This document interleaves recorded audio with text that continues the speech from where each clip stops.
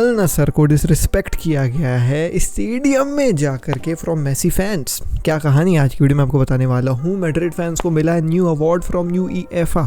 कौन कौन से प्लेयर को क्या क्या अवार्ड मिला है और ये होम डिलीवरी कब से अवार्ड्स की होने लग गई, वो भी आज की वीडियो में आपको बताने वाला हूँ। साथ ही साथ भाई बैड न्यूज़ और एफसी बार्सिलोना और मेंडी से रिलेटेड भी अपडेट है।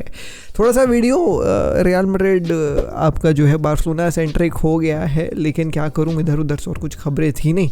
एकमात्र खबर थी मैनचेस्टर सिटी की तरफ से, वही जो उनके ऊपर चार्जेस 115 चार्जेस का कहानी चल रहा है, उसके रिलेटेड आज जो है वो पहली कार्यवाही करी गई है काइंड ऑफ। तो वो जब चीज़ें सॉर्ट होंगी, कुछ तो एकदम कठोर चीज़ आएगी तो मैं आपके साथ शेयर करूंगा। बाकी आज की वीडियो को बिगिन करने से पहले let me tell you, give away जो हमने कंडक्ट किया था इंस्टाग्राम पे वो जो है वो फाइनली हो गया है।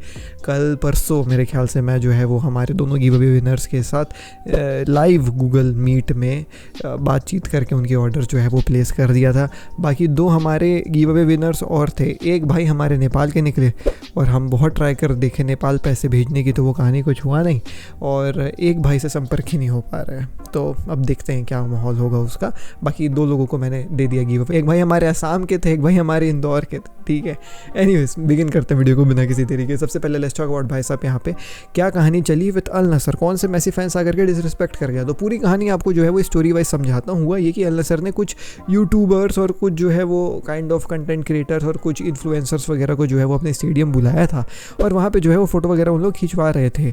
अब ड्यूरिंग दी टूर वगैरह कुछ जो है वो भाई चुनिंदा लोग छुप करके ड्रेसिंग रूम में घुस गए अल नसर के, और वहाँ ड्रेसिंग रूम में जा करके बदमाशी करने लग गए। वहाँ पे जो है वो थोड़ा सा डिसरिस्पेक्ट वाली चीज़ें जो है वो करके शूट करने लग गए। उसमें से एक था टैक्टिकल बोर्ड के साथ खेलना, उसकी वीडियो बाहर आई है जो आपके अभी स्क्रीन में चल रही है, और एक था रोनाल्डो के जो है वो भाई जगह पे बैठ करके मेसी का वो कान वाला सेलिब्रेशन करने का। अब इसी के रिगार्डिंग अल नसर ने जो है वो एक स्टेटमेंट जो है रिलीज़ कर दी है। We would like to point out that Al Nassr club has been always welcoming his visitors, fans and lovers and throughout his long history its door has been always open to all, but what happened yesterday inside the team's dressing room at Parc des Princes, वो तुमको लग रहा होगा PSG के stadium है, लेकिन वो PSG के स्टेडियम नहीं, वो ट्रांसलेशन में उल्टा पुल्टा हुआ है। In terms of individual irresponsible action is unacceptable by some people who did not appreciate the value of the party they represent nor the place or the entities left it, they did not respect the fans। तो कुल मिला के उन लोग जो है वो ये कह दिए कि भैया हमको बुरा लगा, ये सब जो है वो नहीं होना चाहिए था, और जो भी लोग इसके लिए जिम्मेदार हैं उनके ऊपर जो है वो कठोर एक्शन लिया जाएगा। अब काइंड ऑफ डिसरिस्पेक्टफुल तो था, लेकिन अब जान रहे हो फैंस हैं तो बदमाशी करते ही हैं भाई ऐसे स्टेडियम में जा करके, और करते ही हैं पॉइंट आउट। अब मीडिया की तरफ से स्टेटमेंट आ गया, मतलब कुछ जो है वो भाई कहानी गड़बड़ हुई है इसके रिगार्डिंग।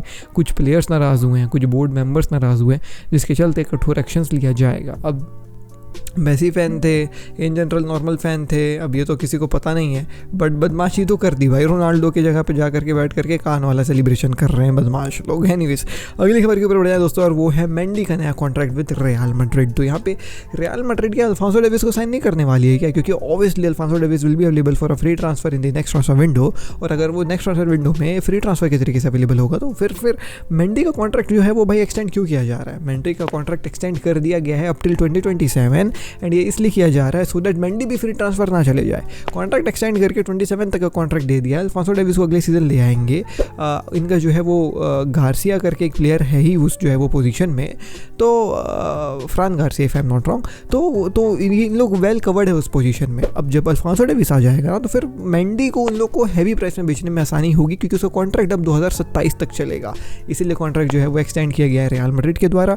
बट अगर तुम लॉन्ग टर्म बेसिस में समझोगे तो अल्फांसो डेविस अगर आया तो फिर मेंडी को बेचेंगे, और बेचने में आसानी होगी, ज़्यादा पैसा मांगने में आसानी होगी, क्योंकि उसकी कॉन्ट्रैक्ट अब 2027 तक रिन्यू हो चुकी है। तो ये रियल रीज़न है क्यों यहाँ पे मेंडी ने जो है वो भाई साहब अपना कॉन्ट्रैक्ट एक्सटेंशन साइन करा है विद रियल मैड्रिड, क्यों रियल मैड्रिड ने कॉन्ट्रैक्ट एक्सटेंशन प्रपोज किया है मेंडी को। बाकी तो और कुछ कहानी नहीं है, बट यहाँ कॉन्ट्रैक्ट एक्सटेंशन यहाँ पे हो गया है। नाउ मूविंग टू भाई साहब यहाँ पे जो है वो रियल मैड्रिड का ही जो है वो खबरों के बारे में बात कर लेते हैं कि कुछ चुनिंदा प्लेयर्स को रियल मैड्रिड के यूईफा के द्वारा अवार्ड्स जो है वो दिए गए हैं। अब कैसे ये होम डिलीवरी हुई है वो मैं आपको आगे बताऊंगा, लेकिन क्या क्या अवार्ड कौन कौन से प्लेयर को मिला है तो चलो वो बता देता हूँ। सबसे पहले तो विनीशियस जूनियर के हाथ में आप लोग देख रहे होगे दो जो है वो अवार्ड है। एक है प्लेयर ऑफ द सीजन का, ठीक है, और एक है टीम ऑफ द ईयर का। अब प्लेयर ऑफ द सीज़न है, ये प्लेयर ऑफ द ईयर नहीं है। प्लेयर ऑफ द ईयर का ट्रॉफी में वो ऐसे क्या सर कटा वाला जो है वो उसका धड़ रहता है और हाथ बने रहती हैं, वो POTY ट्रॉफी जिसको बोलते हैं, UEFA player of the year. तो प्लेयर ऑफ द ईयर अलग हो जाता है, प्लेयर ऑफ द सीज़न अलग हो जाता है। तो Vinicius junior has one player of the season का अवार्ड जिसको होम डिलीवरी कर दिया। प्लेयर ऑफ द ईयर जीतता तो उसका अलग अवार्ड सेरेमनी होता है। बाकी टीम ऑफ द सीज़न में है विनीशियस जूनियर, तो वो छोटा वाला जो है वो टीम ऑफ द सीज़न मिला है। सिमिलरली कार्वाहाल को भी टीम ऑफ द सीज़न में इंक्लूड किया गया है, तो वो ट्रॉफी भी मिली गई है। टॉकिंग अबाउट जूड बेलिंगम, तो जूड बेलिंगम के भी हाथ पे तुम 2 ट्रॉफीज देख रहे होगे। एक ट्रॉफी है आपका जो है वो young player of the season और दूसरा है टीम ऑफ द ईयर का जो है वो कहानी। और टॉकिंग अबाउट एम्बाप्पे, तो एम्बाप्पे को गोल्डन बूट मिला है for being the top goal scorer of UEFA का UCL ओनली कॉम्पिटिशन। अब भाई यहाँ पे जो है ये कहानी निकल करके आई है कि किलियन एम्बाप्पे ने इसके रिगार्डिंग इंस्टाग्राम में पोस्ट भी डाला और वहाँ पे वो जो है वो भाई कहते हैं कि ये ट्रॉफी जीत कर काफ़ी खुशी हुई और मैं ऐसी ट्रॉफीज और रियल मैड्रिड के साथ जीतना चाहता हूँ। तो मेरे को लगा PSG को थैंक नहीं किया है क्या, लेकिन फिर नीचे उसने लिखा कि भाई I also want to thank मेरे जो है वो भाई supporters, players and staff members of PSG जिन्होंने जो है वो हेल्प करा था इस अवार्ड को जो है पाने के लिए। तो it's a nice gesture from Kylian Mbappe that he even mentions यहाँ पे जो है PSG के टीममेट्स। अगर नहीं करता हूँ तो खूब गाली खाता, बट ये जो है वो अवार्ड मिले हैं रियल मैड्रिड के प्लेयर्स को। अब जैसे विनीशियस को ये अवार्ड मिला, थोड़ा सा PR जो है वो चालू हो गया फॉर बैलन door. Everybody is now posting next award बैलन डोर, नेक्स्ट अवार्ड बैलन डोर। तो काइंड ऑफ देखो, मतलब ऐसा नहीं है कि ये प्लेयर ऑफ द सीज़न का अवार्ड और किसी प्लेयर को नहीं मिला होगा, लेकिन इसको इस्तेमाल किया जा रहा है एज PR फ्रॉम विनीशियस के जो है वो पीपल। अब who will be winning the बैलन डोर, मैं तो जूड बेलिंगम को वोट दूंगा। मेरे हिसाब से जूड बेलिंगम का सीज़न बेटर रहा है विनीशियस के कंपैरिजन में, बट या अब विनीशियस भी जीत जाता है तो वो तो जाएगा एक ही टीम को।